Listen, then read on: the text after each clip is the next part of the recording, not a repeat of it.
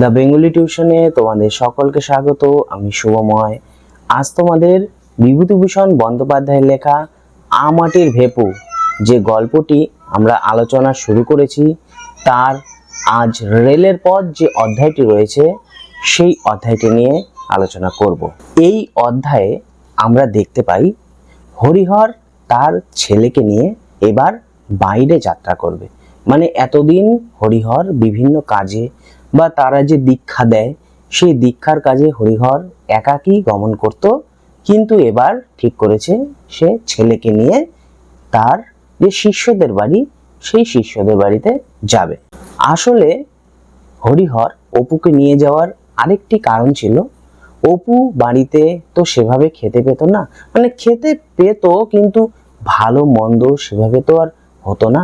এবার শিষ্যদের বাড়ি নিয়ে গেলে সেখানে একটু দুধ, একটু ঘি, একটু ভালো মন্দ ইত্যাদি খেতে পাবে, এই আশায় হরিহর তার ছেলেকে নিয়ে যায়। আর অপুর এতদিন সে পাড়াতেই ঘুরে বেড়াতো, মানে গোসাইবাগান, বকুলতলা, নবাবগঞ্জের রাস্তা ইত্যাদি ছিল তার জগতের সীমানা। এইবার সে বাবার সাথে বাইরে গমন করবে। অপু যেদিন থেকে শুনতে পেয়েছিল যে সে বাবার সাথে বাইরে যাবে, সেদিন থেকে সে দিন গুনতে থাকে, মানে কবে যাবে বাবা, কবে যাবে ইত্যাদি বিভিন্ন রকম সে আবদার করতে থাকে। মানে সে তো বাচ্চা ছেলে, বুঝতেই পারছো, তার সময় আর কিছুতেই কাটছিল না। অবশেষে সেই দিন চলে আসে। তাদের যে গ্রামের রাস্তাটি আশারুর বাজার ধরে সোজা নবাবগঞ্জের রাস্তায় গিয়ে মিশেছে। অপু সেই দুর্গাপুরের রাস্তায় যখন উঠে আসলো, তখন সে বাবাকে জিজ্ঞেস করলো, আচ্ছা বাবা, রেল লাইনের রাস্তা কোথায়? আমার খুব শখ করেছে, আমি রেল লাইনের রাস্তা দেখব। তার বাবা তখন তাকে বলল, এই তো সামনেই আছে রেল লাইনের রাস্তা, পড়বে একটু পরেই চলে আসবে। একবার অনেক দিন আগে তাদের রাঙ্গি গরুর বাচ্চাটি হারিয়ে গেছিল। সারা পাড়া খুঁজেও সেই বাছুরকে তারা খুঁজে পায়নি। তারপর সে দিদির সাথে এই অনেকটা দূরে রেল লাইনের কাছাকাছি প্রায় এসে পড়েছিল। যেহেতু তার দিদি এবং অপু রেল লাইনের রাস্তার প্রায় কাছাকাছি চলে এসেছিল, তার দিদি দুর্গা অপুকে বলে, ভাই অপু, চল আমরা গিয়ে রেল লাইনের রাস্তা দেখে আসি। তার দিদির প্রস্তাব শুনে অপু প্রথমে কিছুটা অবাক হয়ে যায়। রেল লাইনের রাস্তা, সে তো অনেক দূর, সেখানে কিভাবে যাবি রে দিদি? সে তার দিদিকে এই প্রশ্নটি করেছিল তখন। তার দিদি তাকে জানায়, বেশি দূর বুঝি না, এই তো এই রাস্তা থেকে সামান্য একটু এগোলেই রেল লাইনের রাস্তা। অপু তাতে বেশ আনন্দিত হয় এবং বলে, চল তাহলে গিয়ে রেল লাইনের রাস্তা দেখে আসি। দুজন মিলে নবাবগঞ্জের যে সড়ক ছিল সেই সড়কের উপর উঠে এলো এবং উঠে আসার পর তারা অনেক দূর পর্যন্ত চোখ বুলালো, কিন্তু দূর দূরান্তে কোথাও রেল লাইনের রাস্তা তারা দেখতে পেল না।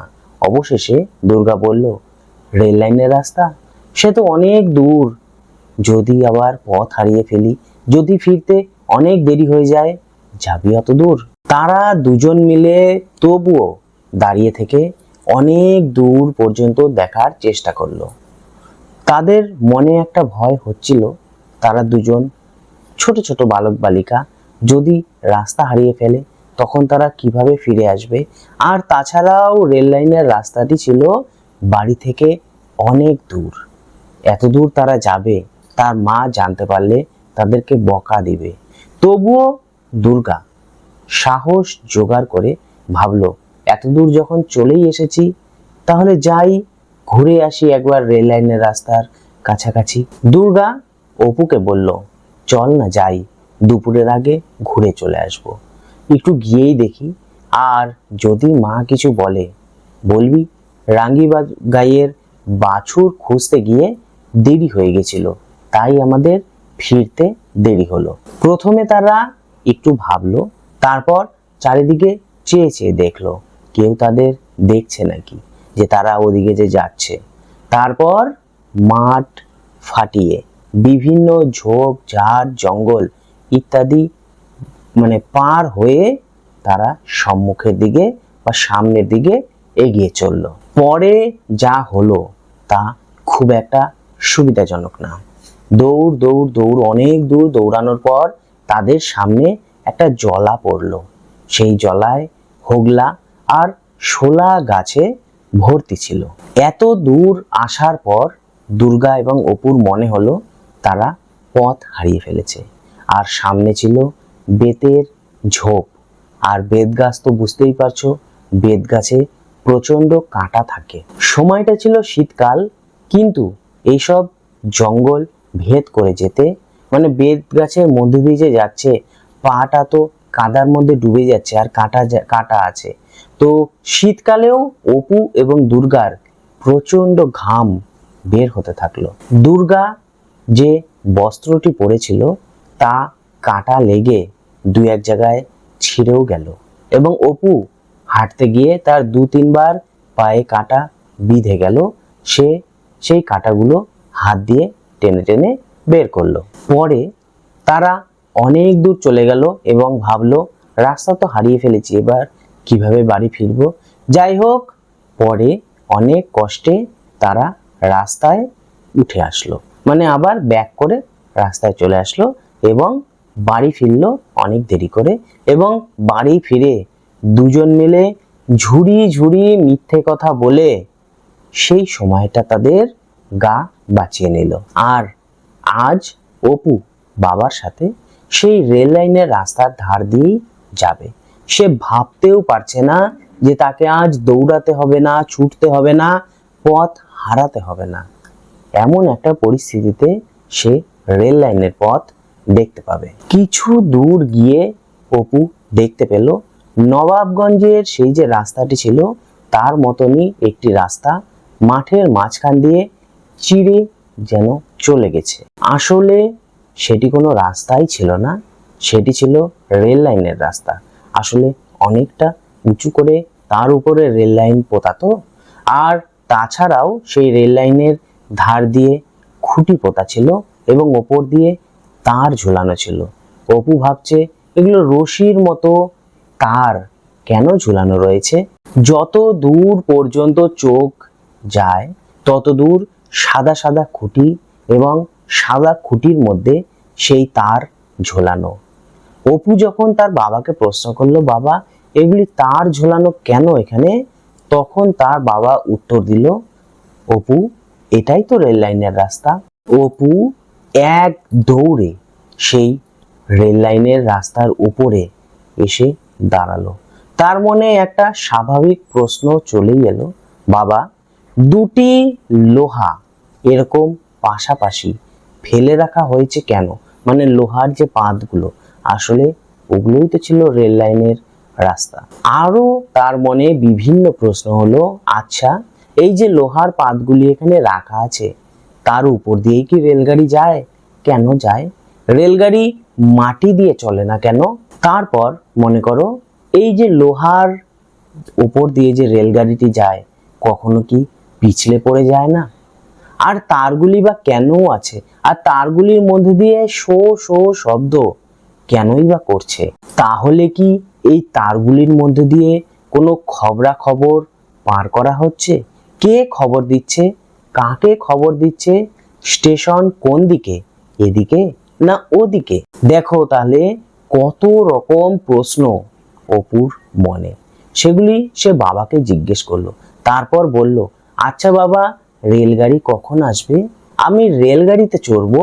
তার বাবা উত্তর দিল, তুমি রেলগাড়ি দেখবে ঠিকই আছে, কিন্তু রেলগাড়ি আসতে এখনো অনেক দেরি, 4-5 ঘন্টা। অনেক দেরি করে আসবে তো তো আমরা কি 4-5 ঘন্টা এখানে বসে থাকবো? অপু তখন বলল, তা হোক গে বাবা 4-5 ঘন্টা, আমি এখানেই বসে থাকবো, আমি রেলগাড়ি দেখবো। তখন তার বাবা বলে, তা কি করে হয়, এতক্ষণ এখানে বসে থাকা কি সম্ভব? এই জন্যই আমি তোমাকে নিয়ে আসতে চাই না কোথাও। তার বাবা তাকে প্রতিশ্রুতি দিল, আচ্ছা ঠিক আছে এখন চলো, ফেরার পথে আমরা রেলগাড়ি দেখে তবেই বাড়ি ফিরবো। যাই হোক, অপুর মন কিন্তু ভেঙে গেল। সে দু চোখ ভরা জল নিয়েই বাবার পেছন পেছন এগিয়ে চলল। সন্ধ্যার সময় তারা তার শিষ্যের বাড়িতে গিয়ে পৌঁছলো। হরিহর যে শিষ্যর বাড়িতে গেল সেই শিষ্যের নাম ছিল লক্ষণ মহাজন। বেশ অবস্থাপন্ন গৃহস্থ, মানে এক কথায় বেশ বড়লোক।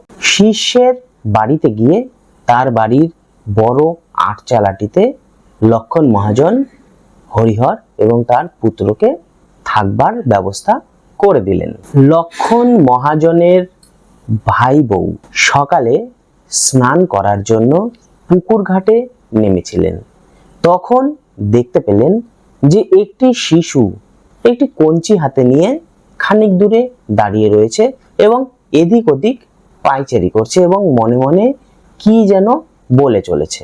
লক্ষণ মহাজনের ভাই বউ তখন ঘোড়া নামিয়ে সেই শিশুটির কাছে এসে জিজ্ঞেস করলো, আচ্ছা, তুমি কাদের বাড়িতে এসেছো খোকা? অপুর যত জারি জুড়ি, মানে যত রকম আবদার তার মায়ের কাছে।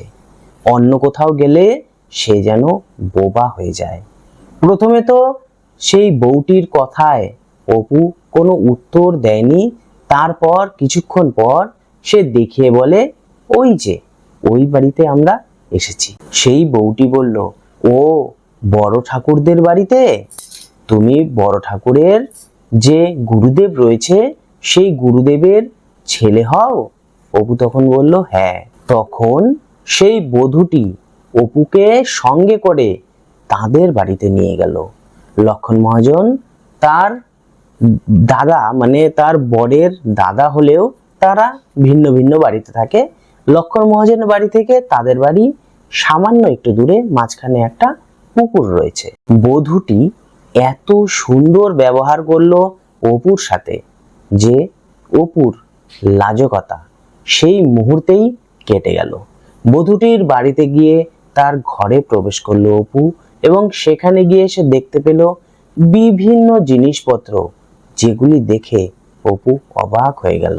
অপু মনে মনে ভাবলো, বাহ, কি বড় লোক তো এরা! বিভিন্ন জিনিস এদের বাড়িতে ঝুলন্ত শিকা, এরপরে আলনাতে বিভিন্ন জিনিস রাখা, কড়ির আলনা ছিল সেখানে, কাচের পুতুল ছিল সেখানে, মাটির পুতুল, শোলার গাছ, আরো কত কি। অপু সেগুলি জিনিস ঘুরে ঘুরে দেখতে লাগলো। এতক্ষণ সেই বধূটি অপুর মুখটি ভালো করে নিরীক্ষণ করে দেখলো। বালকটির বয়স 4-5 বছর হবে।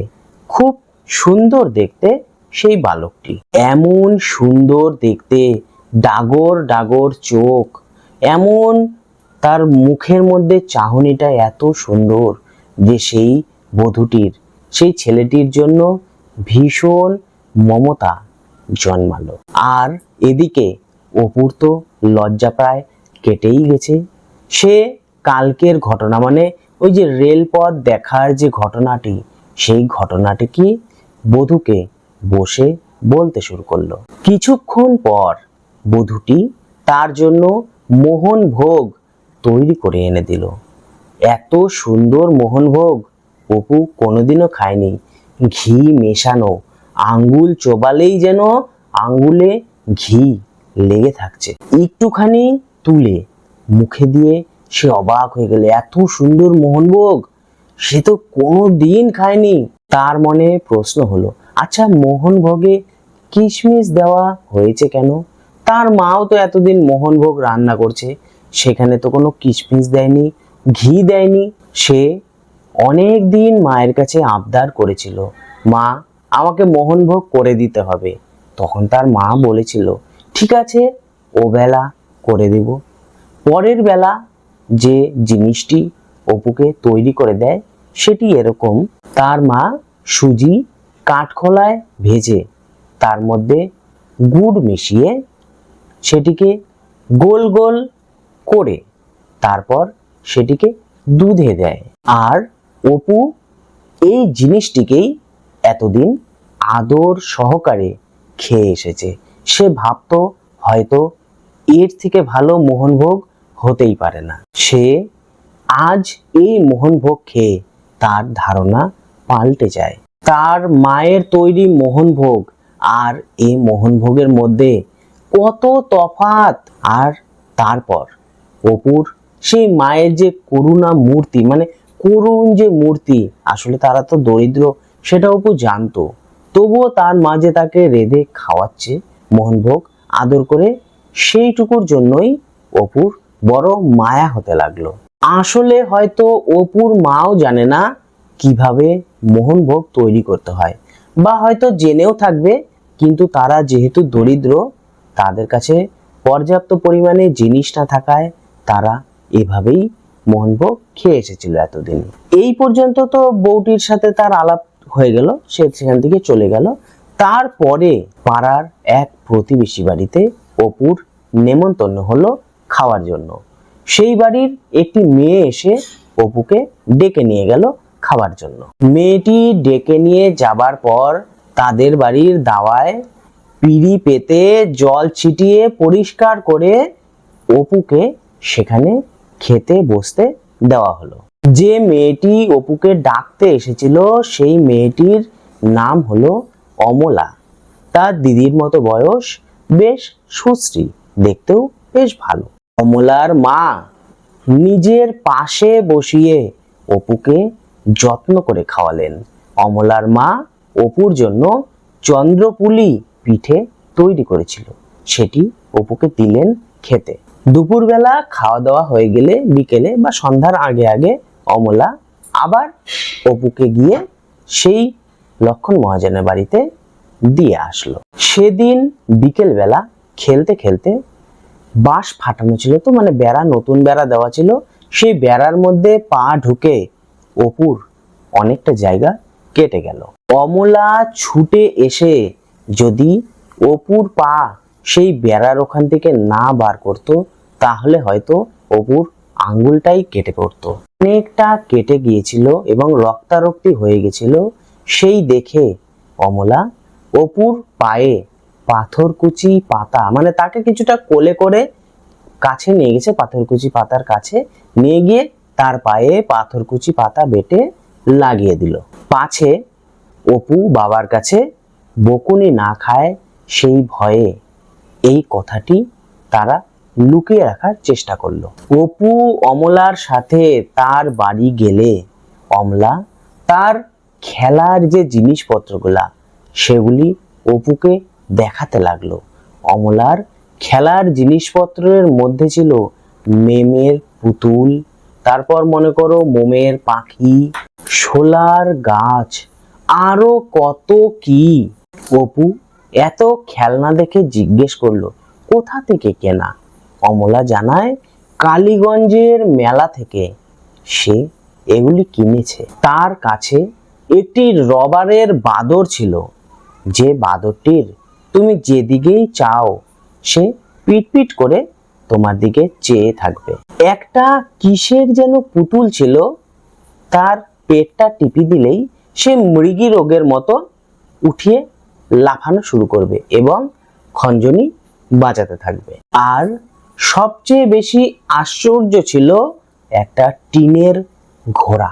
রানু দিদির কাকা তাদের দালানের ঘড়িতে যেমন করে দম দেয়, সেই টিনের ঘোড়াটার মধ্যেও দম দেওয়া যায় এবং দম দিলে সে টকবক করে ছুটে বেড়ায়। অমলার এই সমস্ত খেলার জিনিস দেখে অপু তো অবাক, জিজ্ঞেস করলো এই টিনের ঘোড়াটা কোথা থেকে কিনেছো, এটার দাম কত? তারপর অমলা একটা সিঁদুরের কৌটার মতো খুলে নিয়ে সেটার মধ্যে একটি রাংতার মতো জিনিস অপুকে দেখালো। অপু জিজ্ঞেস করলো এটি কি রাংতা? অমলা বলল রাংতা হবে কেন, সোনার পাত। তুমি সোনার পাত দেখোনি?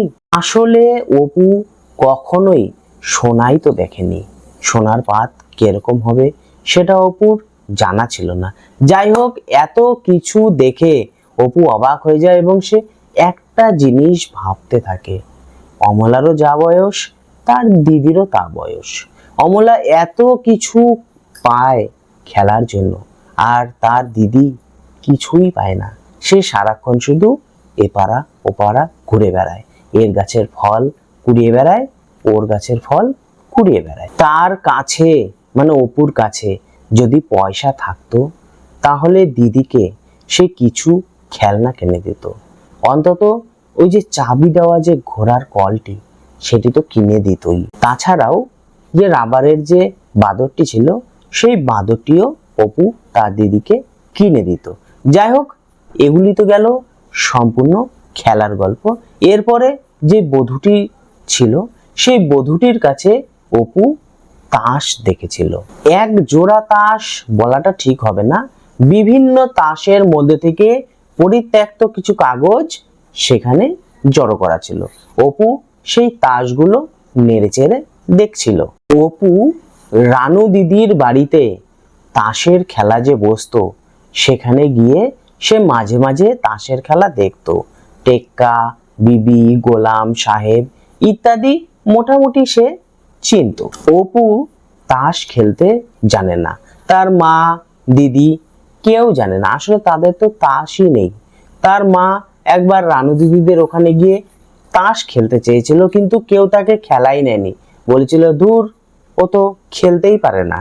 তাই অপুর বাসনা হয় সে যদি একজোড়া তাস পেত সে বাড়ি নিয়ে যেত, তার মা দিদি ইত্যাদির সঙ্গে সে বসে বসে তাস খেলত। সন্ধ্যার পরে সেই বধূটির বাড়িতে আবার অপুর নিমন্ত্রণ হলো। সেই বধূটির বাড়িতে খাবারের ঘন ঘটা দেখে অপু তো সম্পূর্ণ অবাক। ছোট্ট ছোট্ট পাত্রতে লেবু, লঙ্কা, লবণ ইত্যাদি বিভিন্ন জিনিস আলাদা আলাদা করে দেওয়া। তার মা তো এইভাবে আলাদা আলাদা দেয় না, তার মা তো থালের মধ্যেই লঙ্কা, লেবু ইত্যাদি একসাথে দিয়ে দেয়। তাহলে এখানে আলাদা আলাদা দেওয়া কেন? প্রতিটি তরকারির জন্য আলাদা আলাদা বাটি তৈরি করা হয়েছে। কই, তার মা তো আলাদা আলাদা বাটি দেয় না। অত বড় গলদা চিংড়ির মাথাটা কার জন্য? সে পুরো অবাক হয়ে গেল, মনে হচ্ছে যেন একটা স্বপ্নের রাজ্যে চলে আসছে অপু। 2 দিন এভাবে থাকার পর হরিহর তার ছেলেকে নিয়ে বাসায় ফিরে আসে। এইদিকে সর্বজয়া 2 দিন তার ছেলেকে কাছে না পেয়ে কত বছর যেন তার ছেলেকে কাছে পায়নি এমন ভাবতে থাকে। এদিকে দুর্গারও ভাইকে ছাড়া মোটেই ভালো লাগছিল না। আর তাছাড়াও অপু বিদেশ যাত্রার কয়েকদিন আগে মানে 1-2 দিন আগে তাদের ওই যে দেখবা নৌকার মতো যে এক ধরনের খোল পাওয়া যায় না, সেই খোলগুলি নিয়ে মানে তারা টানাটানি গাড়ি খেলছিল এবং তাদের 2 ভাইয়ের মধ্যে মানে ভাই বোনের মধ্যে ঝগড়া হয়েছিল সেগুলি নিয়ে, এবং দুর্গা অপুর কান মলে দিছিল। এখন দুর্গার মনে হচ্ছে কেন আমি সেই কানটি মলে দিলাম অপুর। অপু বাড়িতে না থাকায় আরো অনেক কুমড়ার খোল, ওরকম আর কি যেটা নিয়ে ঝগড়া হয়েছিল তেমন কুমড়ার খোল অনেক জমেছে। এবার দুর্গা ভাবছে অপু আসুক, তাকে আর আমি বকা দিব না, তার সাথে ঝগড়া করব না, মারপিট করব না, তাকে নিয়ে আমি কুমড়ার খোল দিয়ে খেলবো। অপু বাড়ি এসে তো একদম গল্পে মত্ত হয়ে গেছে, মানে তার এখন উঠতে বসতে শুতে ঘুমাতে সব সময় একই রকম গল্প। সে গিয়ে কি কি করেছে, কি খেয়েছে, কি দেখেছে, রেলের রাস্তা দেখেছে, সেখান দিয়ে যে সত্যিকারের রেলগাড়ি যায় সেই রাস্তা, মাটির আতা সে দেখেছে, পেঁপে দেখেছে, শশা দেখেছে, সব মাটির, দেখে মনে হচ্ছে যেন জীবন্ত। এছাড়া ওই যে রাবারের পুতুল দেখেছে যাকে পেটে টিপ মারলে মৃগীর রোগের মতো লাফাতে শুরু করে। এগুলো সব বর্ণনা বাড়িতে এসে দিতে থাকে। কত দূর সে গিয়েছিল, খাল বিল এছাড়াও পদ্ম পুকুর মানে ইত্যাদি বিভিন্ন বর্ণনা বাড়িতে এসে দিদিকে মাকে সে দিতে থাকে। তার দিদি এবং মা গল্পগুলি শুনে যেন মুগ্ধ হয়ে যায়। অপুর মুখ থেকে গল্পগুলি যেন সত্যিকারের এক রহস্যময়, তাদের কাছে এক স্বপ্নের জগতের মতো মনে হচ্ছিল। তার দিদি তো বলেই বসলো, আচ্ছা অপু সেই যে মাটির নোনা ফলটি দেখেছিলি আতাটা, সেটি কত বড়। সবই তো দেখা হলো, শুধু একটি জিনিস দেখা হলো না, সেটি হলো রেলগাড়ি। বাবা যদি আরো 4-5 ঘন্টা সেখানে দাঁড়াতো তাহলে নিশ্চয়ই অপু সেবার রেলগাড়ি দেখতে পেত। বাবার জেদের জন্য অপুর রেলগাড়ি দেখার স্বাদটা সেবার পূরণ হলো না। এর কিছুদিন পর সর্বজয়া পুকুরঘাট থেকে একটু ব্যস্ত হয়ে বাড়িতে ঢুকছিল। ঢুকে নিয়েই হঠাৎ করে কি যেন লেগে পট করে ছিঁড়ে গেল। একটা দড়ির মতো, সুতার মতো কি যেন টাঙ্গানো ছিল। সে কোনো কিছু বোঝার আগেই সে দেখতে পেল ওপার থেকে ঝুলছে, এপার থেকে ঝুলছে, মিডিলে ছিঁড়ে গিয়েছে, সরু সরু তারের মতো। কিছু বুঝতেই পারলো না এগুলো কি জিনিস। অল্পক্ষণ পর অপু যখন বাড়িতে আসলো, ঢুকে নিয়েই সে অবাক। আমার টেলিগ্রাফের তার কে ছিঁড়ল? এমন একটা মানে দেখে সে নিজের চোখেও বিশ্বাস করতে পারলো না যে তার টেলিগ্রাফের তার ছিঁড়ে গেছে। তারপর সে উঠানে দেখতে পেল তখনও পায়ের দাগ ছিল, মানে তার মা তো পুকুরঘাট থেকে আসছিল, ভেজা পায়ের দাগ তখনও উঠোনে ছিল। তাই সে শিওর হয়ে গেল, মানে একদম কনফার্ম যে এটি মায়েরই কাজ। তখন সে মায়ের কাছে গিয়ে দেখলো মা নিশ্চিন্ত মনে কাঁঠালের বিচি ধুচ্ছিল। তখন সে অভিমানের সুরে মাকে বলল, আচ্ছা মা, আমি এই বিভিন্ন বন বাদার জঙ্গল থেকে যে তারগুলো নিয়ে এসেছি সেগুলি আনতে আমার খাটনি হয়নি বুঝি? সর্বজয়া তো প্রথমে বুঝতে পারেনি, বলল কিসের তার, কোথা থেকে নিয়ে এসেছিস, কে নিয়ে এসছে? তখন অপু বলল, ওই যে জঙ্গলে গিয়ে যে আমি নিয়ে এসেছি, সেখানে ওগুলি আনতে গিয়ে আমার কি কাঁটা লাগেনি? সর্বজয়া বলল, কি বলছিস পাগলের মতো, কি হয়েছে ঠিক করে বল। অপু তখন বলে, আচ্ছা আমি যে ওই টেলিগ্রাফের তার লাগিয়েছিলাম উঠোনের মধ্যে, সেগুলি তুমি ছিঁড়লে কেন? সর্বজয়া বলল, তাড়াতাড়ি বাড়িতে ঢুকতে নিচ্ছিলাম, লেগে ছিঁড়ে গেছে। কি টেলিগ্রাফের তার, এগুলো দিয়ে কি হয়? অপু ভাবতে থাকে, কি কঠিন হৃদয় মায়ের। আমি এত কষ্ট করে নীলমণি রায়ের ভিটা আরো বিভিন্ন যে জঙ্গলগুলো আছে সেগুলি থেকে ঘুরে গুলঞ্চ লতাগুলি আমি জোগাড় করে নিয়ে আসলাম, আর মা সেগুলি বিনা নির্দ্বিধায় ছিঁড়ে দিল। তারপর সে মাকে মনে কষ্ট দিয়ে একটি কঠিন কথা বলতে চাইল, কিন্তু তারপর আবার ভাবলো থাক বলবো না। তখন সে বলল, আজকে ভাত খাবো না, সারা দিন খাবো না, তুমি দেখে নিও। তার মা উত্তরে বলল, না খাবি তো নাই, না খাবি তো চলে যা, একটু পরেই ভাত রান্না না হলেই বলবি মা রান্না হলো কি না। তখন সর্বজয়া আবার নিশ্চিন্ত মনে কাঁঠালের বিচি ধুতে লাগলো। এমন সময় দেখতে পেল অপু সেখানে নেই, উধাও হয়ে গিয়েছে।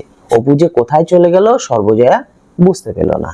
পেছন পেছন ডাকতে দৌড়লো সর্বজয়া, কিন্তু অপু ততক্ষণে ছুটে অনেক দূর পালিয়ে গিয়েছে।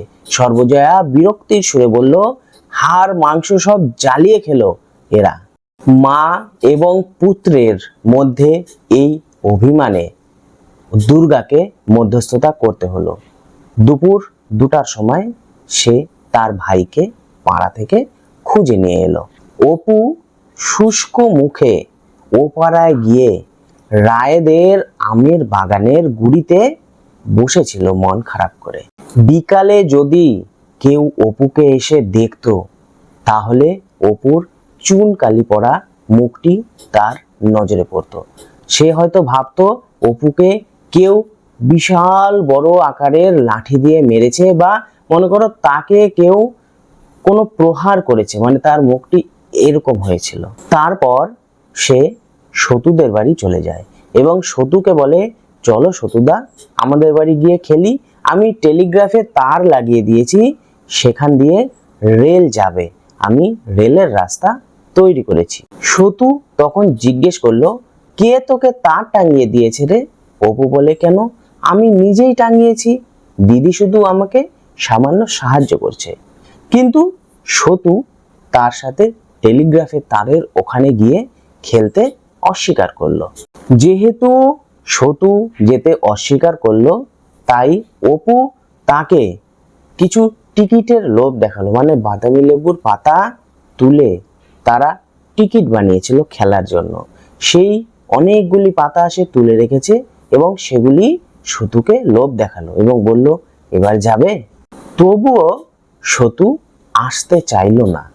সে যখন আসতে চাইল না, অপু তার মনের কষ্টে বাড়ি ফিরে আসলো।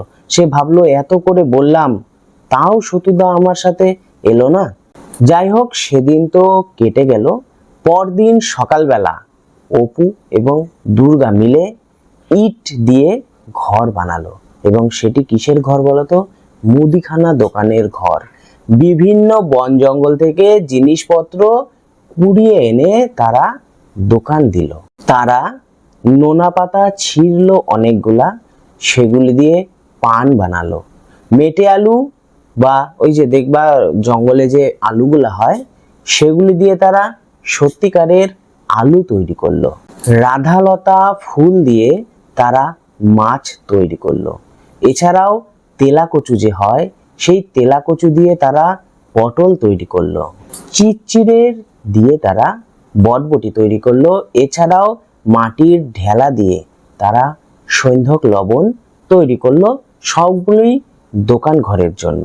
জঙ্গল থেকে এত কিছু সংগ্রহ করতে তাদের অনেক বেলা হয়ে গেল, কাজেই দোকান খুলতে তাদের অনেক দেরি হয়ে গেল। তারপর অপু জিজ্ঞেস করলো, আচ্ছা দিদি, চিনি কি দিয়ে তৈরি করবি? দুর্গা বলল, বাসতলার ওদিকে সুন্দর বালি পড়ে রয়েছে, মা ওই বালিগুলো দিয়ে চাল ভাজার কাজ করে, চল ওই বালিগুলো আমরা কিছুটা নিয়ে আসি, সেগুলো দিয়ে আমরা চিনি তৈরি করব। বাঁশ বনে তারা চিনি খুঁজতে গেল। তখন অনেকটা জঙ্গলের ভিতরে প্রবেশ করলো। সেখানে দেখতে পেল জঙ্গলের মধ্যে গোল গোল খুব সুন্দর দেখতে ফল ঝুলছিল। দুর্গা ও অপু অনেক চেষ্টায় কয়েকটি ফল তারা পারলো সেই জঙ্গল থেকে। পাকা ফল মাত্র 3টে তারা পেল। দেখবে গোল গোল লাল লাল যে ফলগুলা জঙ্গলের মধ্যে ঝুলে থাকে, সেই ফলগুলা পাকা পাকা ফল। এবং সেগুলি দোকানে নিয়ে আসলো শুধুমাত্র যে খরিদ্দার, সেই খদ্দেরদের আকর্ষিত করার জন্য। মানে দোকানে যদি তুমি লাল রঙের ফলগুলো রাখো, খদ্দের আকর্ষিত হবে বেশি। দুর্গা নিজেই দোকানের পান কিনে খেয়ে খেয়ে প্রায় শেষ করে দিল। বেচাকেনা পুরো দমে আরম্ভ হয়ে গেল। কিছুক্ষণ বাদে সতুর সেখানে প্রবেশ হলো এবং অপু তো সতুকে দেখেই মহা আনন্দিত। বলল, দেখো সতুদা, আমরা দোকান দিয়েছি, কেমন হয়েছে আমাদের দোকান? তারপর সে সতুকে দেখিয়ে বলল, এই দেখো সতুদা, আমরা 3টে ফল জঙ্গল থেকে জোগাড় করেছি, এগুলো কি সুন্দর দেখতে, বলো তো কি ফল এগুলো, বলতে পারবে? সতু বলল, আরে ওগুলো তো মাকাল ফল, আমাদের বাড়ির জঙ্গলে কত ওরকম ধরে, কত পড়ে থাকে। সতু সচরাচর দুর্গাদের বাড়িতে আসে না, সে এসে যেন তাদের কৃতার্থ করে দিছে। আর সতু যেহেতু একটু বড় ছিল, সেই সতু চলে আসায় দুর্গা এবং অপুর সেই যে ছেলে মানুষের ভাবটা, সেটা অনেকটা দূর হয়ে গেল। মানে তখন তারা আর সেভাবে খেলায় মনোযোগ দিতে পারল না।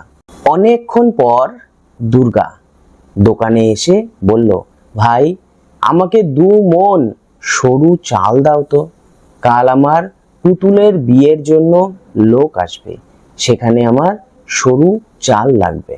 সতু বলল দুর্গাকে যে, তোমার পুতুলের বিয়ের পাকা দেখা হবে, আমাদের নিমন্ত্রণ করবে না? দুর্গা বলল, নিমন্ত্রণ করব বই কি, তোমরা তো কনে যাত্রী, তোমাদেরকে তো আসতেই হবে। দুর্গা তখন সতুকে বলল, সতুদা, রানুকে বলো তো আজকে রাতে যেন চন্দন বেটে রাখে, আমি কাল সকালে গিয়ে সেই বাটা চন্দন নিয়ে আসব। দুর্গার কথা বলা শেষ হয়নি, এমন সময় ছো মেরে দোকান থেকে কি যেন তুলে নিয়ে সতু দরজা দিয়ে ছুটে পালিয়ে গেল। সঙ্গে সঙ্গে অপুও, ও দিদিরে, নিয়ে পালিয়ে গেল বলে সতুর পিছনে সেও ছুটতে লাগলো। দুর্গা অবাক হয়ে কিছু বোঝার আগেই দেখতে পেল অপু এবং সতু দুজনেই দৌড়ে সেখান থেকে পালিয়ে গেল। তখন দুর্গা ভালো করে দোকানের দিকে খেয়াল করে দেখলো সেই যে মাকাল ফলগুলো সেগুলি সতু নিয়ে দৌড় দিয়েছে।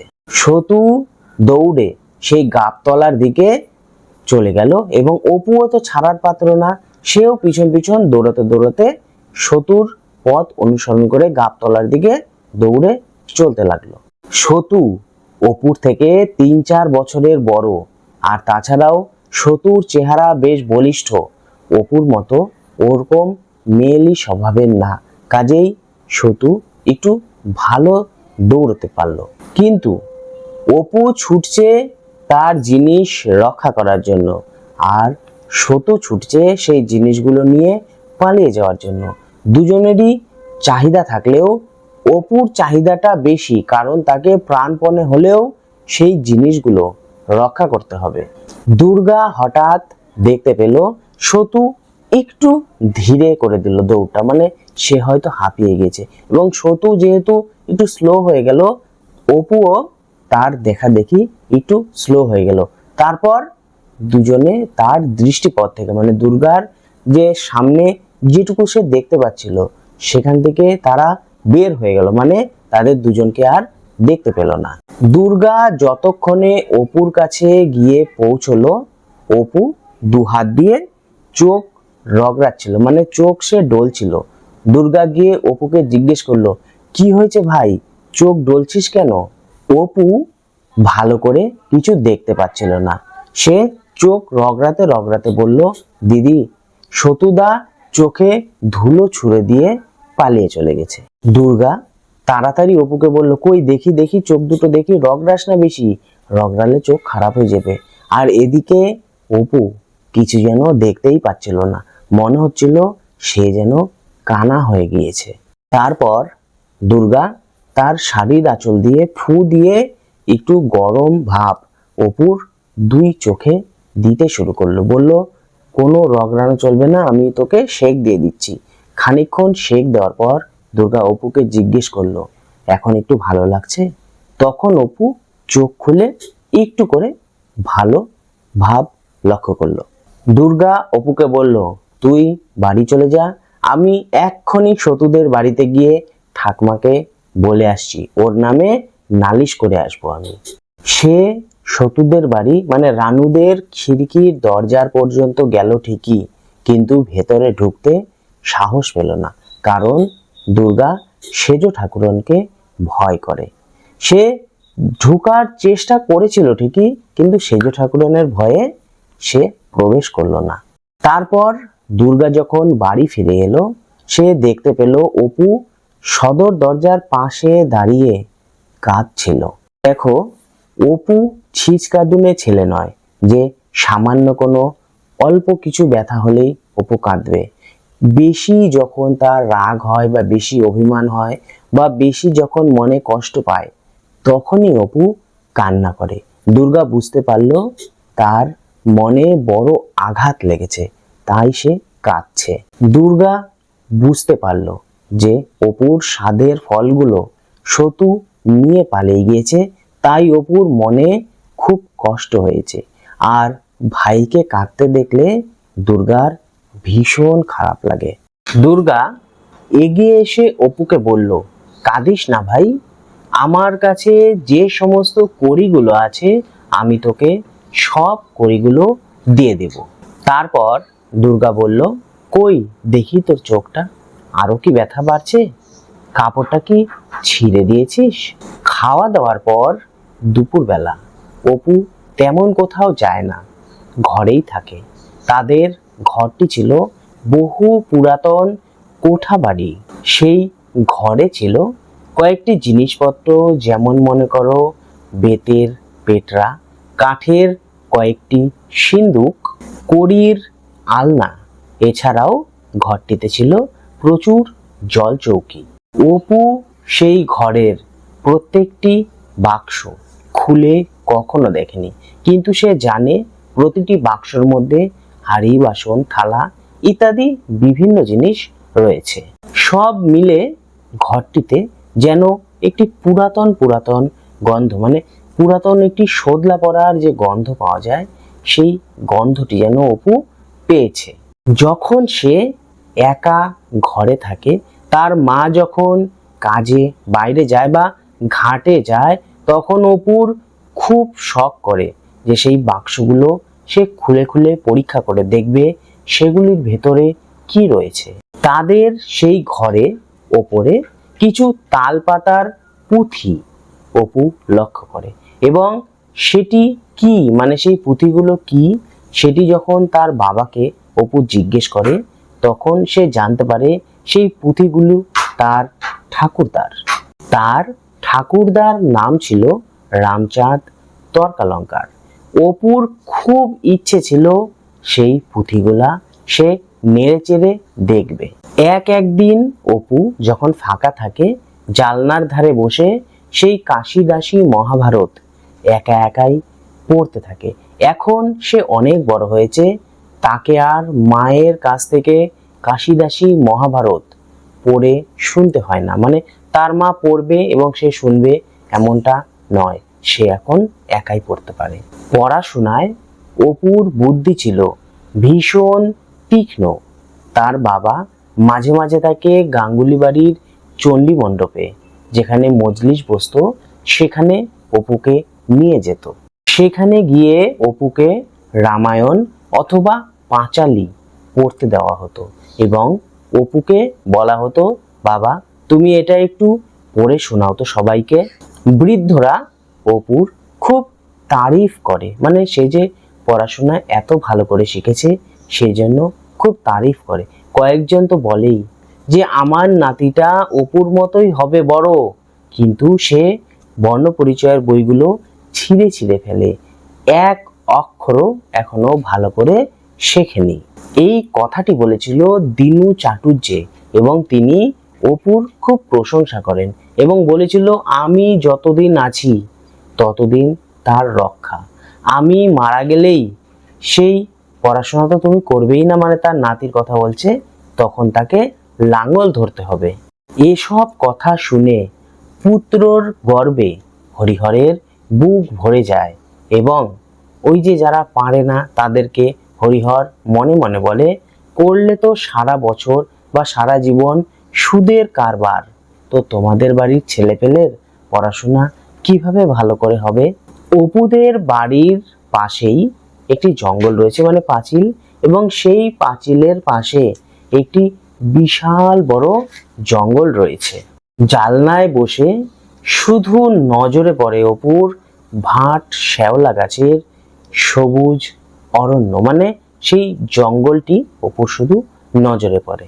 অপু তার দিদির সঙ্গে অনেক দিন এই জঙ্গলের ভেতরে প্রবেশ করছে, কিন্তু এই জঙ্গল যে কত দূর পর্যন্ত বিস্তৃত সেটা অপুর জানা ছিল না, মানে সে ভেবেছে হয়তো এই জঙ্গলটা অনন্ত, মানে এর শেষ নেই। এই বনের মধ্যে কোথাও একটা মজানো পুকুর রয়েছে, এবং সেই পুকুরটির পাশে রয়েছে একটি ভাঙা মন্দির। আজকাল যেমন, মানে বর্তমানে অপুর সেই সময়টিতে পঞ্চানন ঠাকুর সেখানকার দেবতা, ঠিক এক সময় সেই গ্রামের দেবী ছিলেন বিশালাক্ষী দেবী। এই বিশালাক্ষী দেবী ছিল মজুমদার বংশের প্রতিষ্ঠিত দেবতা।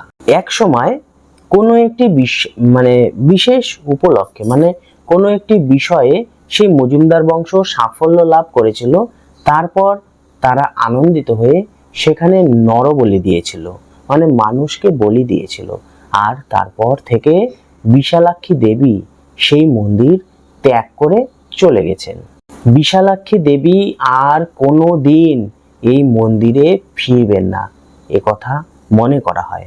তবে সেটি অনেক বছর আগেকার কথা। বিশালাক্ষী দেবীর পুজো দেখেছেন এই মন্দিরে এমন লোক আর এখন জীবিত নেই। সেই মন্দিরও এখন ভেঙে চুরে গেছে, আর মজুমদার বংশেরও কেউ আর বেঁচে নেই। আর মন্দিরের সামনে যে পুকুরটি ছিল সেই পুকুরটিও এখন মজে গিয়েছে, আর চারিদিকে বনে ভর্তি হয়ে গিয়েছে। একদা গ্রামেরই একজন ব্যক্তি স্বরূপ চক্রবর্তী। তিনি অন্য গ্রাম থেকে নেমন্তন্ন খেয়ে গ্রামের পথে ফিরছিলেন। তখন দেখতে পান ষোড়শী বয়সী এক সুন্দরী মহিলা, মানে একটি অপরূপ নারী গ্রামের পথের পাশে দাঁড়িয়ে রয়েছেন। স্থানটি ছিল একদম নিরালা, মানে সেখানে কেউ ছিল না, আর তাছাড়াও জনহীন জায়গা, মানে লোকালয় থেকে অনেক দূরে। সেখানে একটি নির্জন স্থানে একটি সুন্দরী রূপবতী নারীকে দেখতে পেয়ে স্বরূপ চক্রবর্তী রীতিমতো বিস্মিত হয়ে পড়লেন। তিনি কোনো কথা, মানে স্বরূপ চক্রবর্তী কোনো কথা বলার আগেই সেই মেয়েটি স্বরূপ চক্রবর্তীর সঙ্গে ঈষৎ হেসে, মানে একটু সামান্য হেসে তাকে বললেন, আমি এই গ্রামের বিশালাক্ষী দেবী। কিছুদিনের মধ্যেই এই গ্রামে ওলা ওঠার মড়ক শুরু হবে। তোমাকে আমি একটি পন্থা বলে যাচ্ছি। চতুর্দশীর রাত্রে পঞ্চানন তলায়, মানে এখন যে পঞ্চানন দেবতা সেখানে বিরাজ করছে, তার তলায় 108টা কুমড়ো বলি দিয়ে পূজা করলেই সেই মড়ক থেকে রেহাই পাওয়া যাবে। এই কথাটির বলার সঙ্গে সঙ্গে সেই মেয়েটি কুয়াশার মতো সেখান থেকে অন্তর্হিত হয়, মানে সেখান থেকে চলে যায় আর কি। তারপর স্বরূপ চক্রবর্তী হয়তোবা বলেনি কাউকে এসে, আর সত্যি সত্যি অল্প কিছুদিনের মধ্যেই গ্রামে মড়ক দেখা দিয়েছিল। এসব গল্প অপু কতবার শুনেছে। জানালার ধারে বসলেই তার সেই বিশালাক্ষী দেবীর কথা মনে পড়ে যেত। অপুর খুব শখ সে একবার এই বিশালাক্ষী দেবীকে দেখবে। বনের মধ্যে হয়তো গুলঞ্চলতার পাশে দেবী দাঁড়িয়ে আছে, এমন সে আশা করেছিল দেখার। তখন যখন দেখা হবে আর কি, তখন হয়তো দেবী বলবে, তুমি কে? অপু বলবে, আমি অপু। তখন দেবী বলবে, তুমি কি বর চাও আমার কাছে? তারপর হয়তোবা সে কিছু বর চাইবে, মানে এই ধরনের আশা সে রাখে। দুপুরবেলা খাওয়া দাওয়ার পর অপু ঘরে ঢুকে হয়তো কোনো দিন বিছানায় গিয়ে শুয়েও থাকে। একবার ঝিরঝিরে হাওয়ায় কত কি গন্ধ যেন তার ঘরে ভেসে আসে। বট গাছের মাথার উপরে গাংচিল ডাকার শব্দ সে শুনতে পায়। এসব অনুভূতির মধ্যে হঠাৎ অপু কখন ঘুমিয়ে যায় সে বুঝতেও পারে না। ঘুম থেকে উঠে দেখে বেলা আর নেই, প্রায় শেষ হয়ে এসেছে। জানালার বাইরে সারা বনটায় এখন ছায়া পড়ে গেছে। শুধুমাত্র বাঁশের ঝোপের পাশে সামান্য গোধূলির রোদ রয়েছে। বনের মধ্যে থেকে একটি ঠান্ডা ঠান্ডা বাতাস বয়ে আসে। সেই গোধূলির রাঙা রোদটুকু জ্যাঠামশাইয়ের বাদামি লেবুর মাথায় পড়ে যেন চিকচিক করে, মানে বাদামি লেবুর গাছের মাথায় পড়ে রোদটি যেন চিকচিক করে। চকচকে বাদামি রঙের তোড়ো পাখি গাছের ডালে এসে বসে। সেই সময় মানে সন্ধ্যা হয়ে গেছে, তো পাখিরা বাসায় ফেরে।